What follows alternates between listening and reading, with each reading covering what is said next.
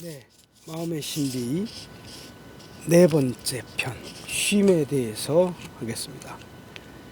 숨을 쉬면 쉼을 얻게 된다. 인생을 살아가는 목적은 쉼, 깊은 휴식을 얻기 위한 것이다. 쉰다고 하는 것은 말 그대로, 글자 그대로 매우 좋은 것이다. 쉼을 통해서 마음을 해방시켜야 비로소 온전하고 완전한 지성을 갖춘 인간이 될 수 있다. 그래서 이것을 깨지지 않는 영원한 쉼이라고 한다. 쉼은 아름다움을 추구하는 인간 본연의 궁극의 목적이 되어야 한다.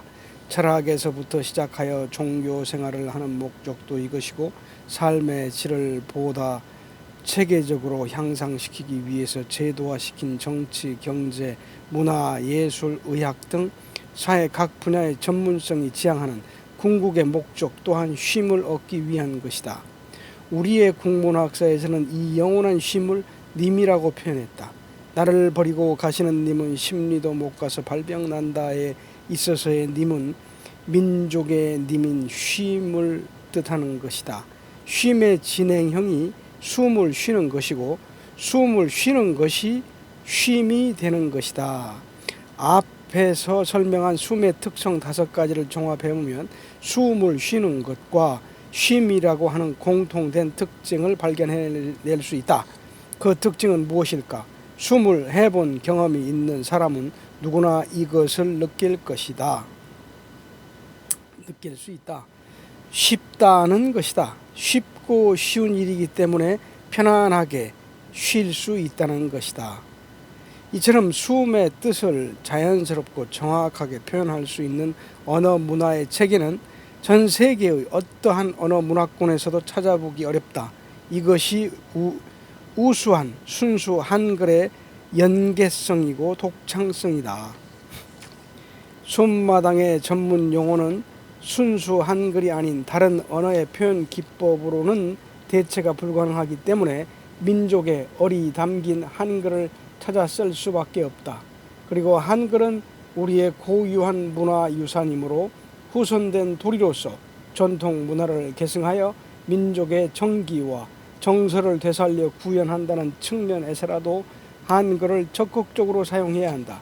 그리고 장차 숨의 국제화에 대비해서라도 한글 사용은 필연적이다. 숨을 하기가 쉬운 이유 중에 하나가 쉬는 것이기 때문이다. 어느 누구에게 묻더라도 힘들여 일하는 것을 원하는 사람은 없을 것이다. 사람이면 누구나 편안하게 쉬고 싶어 합니다. 서양의 어느 경제학자는 경제의 원칙을 최소의 노력으로 최대의 효과를 얻는 것이라고 정의하기도 했습니다. 어찌 되었든 조금이라도 생산성을 높여서 넉넉한 생계 대책을 마련해 놓으면 놓을수록 그만큼의 여유를 더 가지고 쉴 수 있다는 논리입니다. 그런데 힘든 일을 마치고 쉬는 것은 일시적인 쉼일 뿐 진정한 쉼이 아닙니다. 또한 우리가 하루 종일 땀 흘려 열심히 일을 한 뒤 숨 공부를 통해서 숨을 한다 해도 아직까지는 숨을 할 때만 쉴 수 있는 것이지 숨을 하지 않고도 쉴 수 있는 경지에 와 있는 것이 아닙니다. 진정한 쉼은 24시간을 관통하여 영원히 쉴 수 있는 쉼입니다. 인간이 원래 가지고 있었던 영원한 님, 쉼을 안내해주고 가르쳐야 할 것입니다. 그러나 지금 세상의 가르침은 잘못되어 가고 있습니다. 쉬는 것을 전문적으로 가르치는 일은 종교 분야에서 담당하고 있지만 이것을 너무 어렵고 복잡하게 가르치고 있습니다. 평일이든 주말이든 교회라든지 절, 성당 그리고 종교단체에 가서 쉼을 얻는 사람이 얼마나 될까요? 서로 쉼을 얻었다 해도 쉼의 본질에 얼마만큼 이해하고 있을 것인가요? 예수는 쉼을 무엇이라고 하였습니까? 수고하고 무거운 짐을 진 자들아 나에게로 오라. 내가 너희를 쉬게 하리라. 이 말의 참뜻은 무엇인가요? 예수는 이것을 천국이라고 표현했습니다. 천국이 가까이에 왔느니라. 회개하라. 그런데 이 구절을 보면 유독 우리나라 성경에서만 회개라는 말을 사용하고 있음을 알 수 있습니다. 회개의 진정한 의미는 무엇일까요? 지금은 자신의 잘못을 뉘우치고 용서를 구한다는 소극적인 의미로 인정하고 있습니다. 그러나 원래 영문 포기는 return, 돌아오라입니다. 천국이 가까이에 있으니 다시 돌아오라. 이것을 오역하여 천국이 가까웠으니 회개하라, 말세가 가까웠으니 죄를 뉘우쳐라 라고 원래의 사실과 다르게 가르치고 있는 것입니다. 돌아올 회자, 돌아오라, 하느님 집으로 다시 돌아오라. 천국이 과연 어디에 있는 것인가요? 내 마음의 평화 속에 있는 것입니다. 내 마음이 쉼을 얻으면 그것이 바로 천국입니다. 오늘날 종교에서 가르치고 있는 천국은 하늘나라에 올라가면 하느님이 옥황상제처럼 왕관을 쓰시고 예수님을 왼편에 그리고 부처님은 저 아래쪽 어디쯤에 앉혀놓고 거느리고 있는 곳이 천국이라는 듯이 얘기하고 있습니다. 사실 그러한 천국은 존재하지 않습니다. 천국이라 하는 것보다 쉼이라고 하는 것이 과학적이고 솔직한 표현일 것입니다. 쉼이 천국인 것입니다. 예수가 천국이라고 했던 것은 당시 사람들이 정신세계에 대하여 너무도 무지하였기 때문에 쉽게 이해시키기 위해 부득이 천국이라고 표현한 것일 뿐입니다. 참이라고 하는 것은 이 세상에서 가장 참된 것입니다. 이 참을 기독교에서 인칭화하여 하나님이라고 부르는 것입니다. 그러나 숨을 통하여 확인해 보면 참과 일반적으로 생각하고 있는 하나님과는 엄연히 다릅니다. 숨이라는 과학적인 관점에서 보면 쉼과 하나님과의 차이, 사실과 사실이 아닌 것과의 차이입니다. 사실을 올바르게 인식하고 지성적인 삶을 살기 위해서 쉼이 필요한 것입니다. 사람이라면 필연적으로 쉼을 얻어야 합니다. 오늘을 사는 현대인들의 두뇌는 고도로 복잡해져 있습니다. 그리고 만약 이대로 간다면 자기 자신을 편안하게 쉬도록 하는 것을 미처 경험해 보지도 못한 채 번뇌와 고통 속에서만 살게 될 것입니다. 평균적인 삶의 관점이 쉬게 할 수 있는 건전한 행위에는 관심을 갖지 못하고 여유만 있으면 오로지 자신의 인생을 욕망의 사슬에 되매이게 하는 행위에만 쏠리고 있습니다.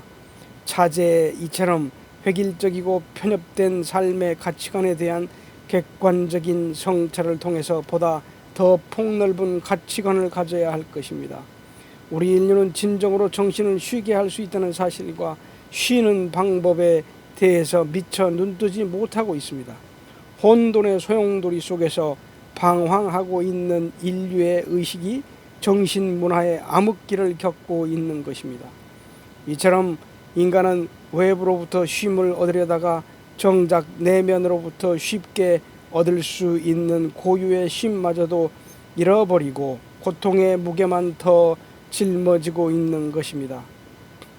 인간이면 당연히 쉽게 얻을 수 있는 쉼에 대해서 무지하다는 죄로 일생 동안 진정으로 쉬지 못하는 현대인의 현실, 그리고 쉬는 것에 대해서 가르침을 주고자 하는 올바른 지성인을 배출하지 못하고 있는 것은 인류의 커다란 과오이자 불행입니다.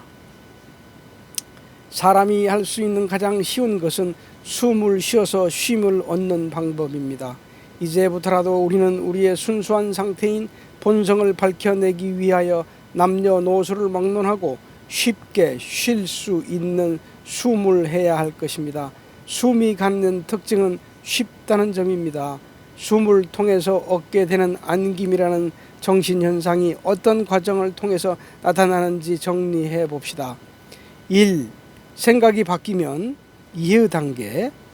2. 가슴, 마음이 바뀌고 인식의 단계. 3. 몸이 바뀌고 건강의 회복과 증진. 4. 행동이 바뀌고 근면, 성실, 검소. 5. 인생이 바뀐다. 적극적, 진취적, 창조, 지향적인 인생이 됩니다. 인간의 정신구조, 의식구조는 이와 같이 정확하게 5단계를 거치면서 자동적으로 바뀌게 되어 있습니다. 그러면 안김은 마음에서 일어나는데 왜 일어나는 것일까요? 생각을 하는 곳은 어디이며 무엇으로 생각하는가요? 두뇌이죠. 마음은 어디에 있는가요? 가슴입니다. 따라서 생각, 두뇌가 바뀌면 이해가 되는 것이고 가슴, 마음이 바뀌면 인식이 되는 것입니다. 여기에서 안김이 일어나게 됩니다. 인간의 의식 구조, 마음의 구조는 항상 생각을 바꾸면 자동적으로 마음이 바뀌어지게 되어 있습니다. 마음이 바뀜으로 해서 가슴이 편안하게 바뀌어 안김이 일어나는 것입니다. 가슴은 나쁜 정보를 주면 나쁘게 바뀌어서 팔자가 고달퍼지게 되지만 좋은 정보를 주면 인생이 좋게 바뀌게 되므로 자연히 팔자가 펴지게 됩니다.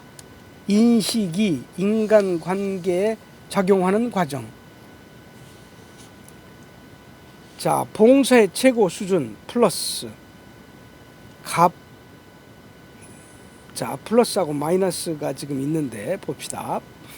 인생을 살다 보면 착하고 마음이 여리고 부지런하고 봉사적인 천한 사람들은 결국에 가서는 실패하는 경우가 많습니다. 왜 남에게 친절을 베푸는 착한 사람이 실패하게 되는 것일까요? 사람의 뇌의 구조나 마음의 구조라는 것은 갑이 을에게 플러스의 수준에 이르는 봉사 정신으로 정성껏 잘 대해주는 과정에서 을이 기대 이상의 과분한 대접을 받게 되면 을은 갑이 배려하는 호의를 생각, 머리로 받아들이고 가슴으로 인식하게 됩니다. 배려가 잠재의식에 각인되면 자동으로 을의 머리와 행동과 인생에 젖어들게 됩니다. 이렇게 해서 을은 갑이 자신에게 잘해주는 것에 만성이 됩니다. 그래서 간혹 자신에게 저급한 마이너스 수준으로 소홀히 해주기라도 하면 갑의 마음이 갑자기 변해서 자신을 배반하는 것처럼 생각하게 됩니다. 결국 특정인을 계속적으로 잘해주면 그것을 당연시 하게 된다는 것입니다. 그래서 항상 그 수준 이상으로 잘 대해주기를 기대하게 되므로 갑은 을에게 평생을 두고 일정 수준 이상으로 잘해 주어야 원만한 관계를 유지할 수 있게 됩니다. 따라서 을은 항상 그 이상의 혜택을 받아야만 만족할 수 있게 되는 것입니다. 결국 갑은 을을 항상 떠받들어 주어야 되는 종속관계 속에 자신을 희생시킬 수밖에 없는 불행을 자초하게 됩니다. 특히 가정에서 헌신적인 부모가 자식에게 불효를 당하거나 배반당하게 되는 것 등은 모두 이러한 과정에서 연유됩니다. 그래서 아집, 애고가 강한 독신, 외아들, 무남 동료, 성격이 모난 사람들과는 혼인도 피하라는 것입니다. 남이 자신에게 잘해주는 것에 길들여진 몸과 마음을 거슬려서 잘못 대해주기라도 하면 자존심의 상처를 받게 되기 때문입니다. 베풀 줄을 모르고 받고만 살아온 결과 반쪽의 인생이 되어버린 것입니다. 여기에서 중요한 것은 을의 잘못된 버릇은 결국에는 갑이 만들어준 것이라는 점입니다. 결국 갑은 을을 온전하지 못한 정신적인 불구자가 되도록 기여한 것밖에 안 되는 것입니다. 더 깊이 들어가서는 한 인간의 정신을 말살시켰다는 영적인 책임을 면하기가 어려운 것입니다. 이러한 과정을 비춰볼 때 자식이든 친구든 어느 누가 되었든지 정도를 넘어서는 과분한 친절은 쌍방간에 지울 수 없는 깊은 상처를 입히게 됩니다. 냉정한 이성을 바탕으로 피차간에 소탈하고 대등하게 대하는 것이 서로의 관계를 돈독히 하는 것입니다. 부부의 관계에 있어서도 아내는 남편을 대할 때 무조건 인내하고 순종하기만 하면 남편이 볼 때 아내는 무슨 요구이든 수용해 주는 사람이라는 그릇된 관념을 갖게 되어 날이 갈수록 더욱 무리하게 군림하려 하게 됩니다. 이로써 가정의 평화가 갈수록 요원해지게 됩니다. 이렇게 잘 대해주는 것에 익숙한 반편의 인생을 살아가는 대표적인 모델을 든다면 교직자, 군인, 공무원, 의사, 목사, 그리고 생산직에 종사하는 기술자, 농민, 기타의 순으로 이어집니다. 사회 계층의 아래쪽 계열로 갈수록 반편의 정도가 덜 심해집니다.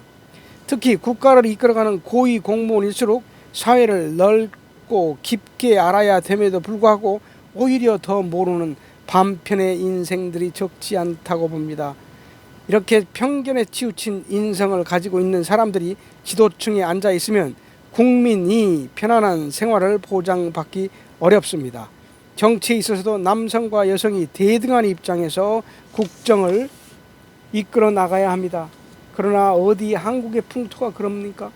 국정은 둘째치고 한 가정에서부터 여성을 편견으로 몰아붙이는 것이 가정 문화의 대체적인 정서입니다. 더구나 고위공직자일수록 아내의 의견에 관대하지 못하고 아집과 독선을 강요하는 모난 인격자인 경우가 적지 않다고 봅니다. 정치 분야도 남성들의 동무대가 되어서는 올바른 국정 운영이 쉽지 않습니다. 인간 경영에 대하여 갑, 사장, 을, 직원, 이게 지금 저울의 천평에다 놓고 볼 때, 자, 사장이 위로 올라가면 직원은 밑으로 내려가죠. 직원이 올라가면 사장이 내려갑니다. 자, 경영 기법에서도 인식의 원리가 사업의 성패를 좌우하게 됩니다. 사장과 직원 간의 천평 관계로 놓고 봅시다. 저울 관계로 놓고 봅시다. 사장, 갑이 직원들에게 정도 이상으로 잘해주면 직원은 방심하여 떨어지게 됩니다. 그리고 사장이 한층 더 잘해주면 직원은 더 방심하게 되어 바닥에 떨어져 위기에 몰리게 됩니다. 이 지경이 되면 결국 직장을 떠나게 되고 회사는 인재를 잃고 공경에 처하게 됩니다. 대체적으로 직장이든 조직이든 사장이 너그럽게 잘해주기만 한다면 직원은 오래 근무하기가 어려워집니다. 잘해주는 것에 길들여지는 타성에 젖어 일을 더 잘하려고 하지 않고 자기 나름대로의 임의적인 수준을 정해놓고 그 이상의 노력을 하지 않게 됩니다. 잘해주면 경영자의 고마움에 감사해가며 더욱 노력해서 업무 능률을 사장과 수평 관계 이상으로 높이려는 노력은 게을리하고 사장의 머리 위로 올라서려고 합니다. 그러나 사장이 인색하게 대하고 무자비하게 일을 부리면 직원은 속으로 거부하면서도 쉽게 직장을 떠나지 못하게 됩니다. 인간의 심리는 잠재적 구조는 자기 자신도 모르게 그렇게 돌아가고 있는 것입니다. 그래서 직장을 원만히 이끌어가기 위해서는 직원에게 관대와 박대를 적절하게 구사할 줄 아는 경영 기법을 써야 합니다. 인식의 결과는 이처럼 무서운 것입니다. 그래서 한쪽으로 치우치지 않는 균형 있고 원만하고 화목한 부부관계로부터 시작하여 사회 전 조직에 이르기까지 원만한 대인관계가 조성되어야 살맛 나는 사회가 형성될 것입니다. 다시 본론으로 돌아갑시다. 몸숨의 안김에서 가장 중요한 것은 참이라는 명제입니다. 인생은 나 홀로 외롭게 살아가고 있는 것이 아닙니다. 교회에서 하나님의 존재를 믿듯 우주의 본질인 참이 항상 함께하고 있다는 사실을 믿고자 하는 마음을 갖추어야 합니다. 우주는 참으로 이루어져 있음을 상식화하고 참과 동행의 행진을 시작해야 합니다. 안김을 하는 데 있어서 앞에서는 참이 있음을 믿고 참에 안겨 있음을 그린다고 했는데 이제부터는 방법을 조금 바꾸어서 합니다. 첫째, 참의 품에 안겨 있다는 기본 상식으로 다져놓고 그 바탕 위에서 직접 안김을 그립니다. 이제는 참이 있다는 것이 확실하게 인식되었으므로 들어가서 안기면 끝인 것입니다. 준비가 전혀 되어 있지 않은 초보자에게 참의 존재를 가르치기 전에 안김을 가르친다는 것이 쉽지 않은 일입니다. 둘째, 안김을 느끼고 셋째, 안김을 본다. 직접 안김 속에 들어가는 것이 안겨 있음을 더욱 효과적으로 그리는 것이 됩니다. 안기기 위해서는 안길 수 있는 대상이 전제되는 것이기 때문에 직접 안겨 있음을 그리는 것이 적극적이고 완벽한 방법이어서 참의 존재, 있음을 보다 잘 그릴 수 있게 됩니다. 참의 품에 안겨 있다라고 생각으로 그려서 생각이 바뀌어지면 가슴, 마음이 바뀌게 되므로 즉 안김이 되므로 몸의 건강 상태도 좋아집니다. 안겨 있다는 생각을 계속하면 안겨 있다는 마음의 느낌이 일어납니다. 이것이 바로 집중이 일어난 상태입니다. 이 상태를 숨 영어로 안김이 일어났다라고 하는 것입니다. 안김이 일어나게 되면 그의 품에 안겨 있는 상태에서 편히 쉴 수 있습니다. 이때 이것이 바로 쉬는 것이구나 라는 느낌이 가슴에 일어납니다. 안김의 요점. 초기에는 안김에 대한 연습을 많이 해야 됩니다. 인간의 정신세계는 미개척 분야이기 때문에 반복해서 꾸준히 연습해야 합니다. 안김이 흩어지면 다시 처음부터 안김을 그려서 찾아냅니다. 몸이 아플 때 또는 잘 안 될 때는 가끔씩 강하게 안겨 있음을 힘주어 생각해서 안김을 일으키는 것도 좋은 방법입니다. 안김이 일어나면 참도 버리고 안겨 있다는 생각도 버려야 됩니다. 안김이 일어난 상태에서 안김만 가지고 쉬고 있으면 됩니다. 안겨 있음에도 불구하고 안겨 있다는 생각을 또다시 하면 후퇴하는 것입니다. 안겨 있다는 생각을 통해서 느낌이 형성되면 그대로 안겨서 쉬어야 합니다. 안겨 있다는 생각은 이미 상식화된 내용으로 쉼 속의 바탕을 이루고 있기 때문입니다. 안겨서 쉬게 되면 정신이 정체되는 것 같은 생각이 들 수도 있겠지만 쉬는 상태가 가장 빠른 정신계의 고속열차를 타고 질주하듯 하는 것이므로 걱정, 근심을 모두 놓고 품에 안겨 있다는 과학적인 사실을 믿고 가기만 하면 보이지 않는 맹렬한 전진이 이루어지고 있는 것이므로 의욕을 갖고 계속해야 할 것입니다. 참도 버리고 생각도 버리고 이제는 안김마저도 버리고 남아있는 쉼만으로 앉아 있습니다. 남겨있는 것이 미미해질 때는 다시 돌아가서 찾아옵니다. 일품 때는 쉼이 오락가락하게 되므로 10분, 30분 간격으로 사념이 떠올라 집중을 잃기가 쉽습니다. 강조점. 안김마저도 없앤다. 안김도 잊고 쉰다. 이것이 쉼의 본질입니다. 안김은 반드시 집중을 통해서 얻을 수 있습니다. 참이 있으므로 그 품에 안깁니다. 그리고 안겨서 쉽니다. 이것이 결론입니다. 매우 간단하고 쉬운 이론입니다. 사람의 생각을 한 곳으로 모아서 집중에 이르고 참의 품에 편안히 안기고 쉬는 과정 속에서 잠재의식에 쌓여있는 모든 그릇된 정보가 자연스럽게 빠져나갑니다. 이것과 반비례하여 쉼의 밀도가 더욱 강화되며 숨을 하기가 갈수록 쉽고 편안해지게 됩니다. 결과적으로 종교라든지 명상이라든지 선, 요가 등 기존의 모든 수련법은 인위적으로 정신을 집중하여 단계적으로 쌓아 올리는 플러스적인 방법입니다. 숨은 무의적인 쉼을 통해서 잘못 인식된 정보를 파헤치고 교정하여 이미 완성되어 있음을 확인하는 마이너스적인 방법입니다. 기존의 수련법은 플러스적인 방법으로서 인위적으로 쌓아 올라가는 것이고 숨의 방법은 마이너스적인 방법으로서 무의적으로 헤쳐서 내려갑니다. 네, 여기까지 4편을 마치고 다음은 5편 뜻세움에 대해서 하겠습니다. 감사합니다.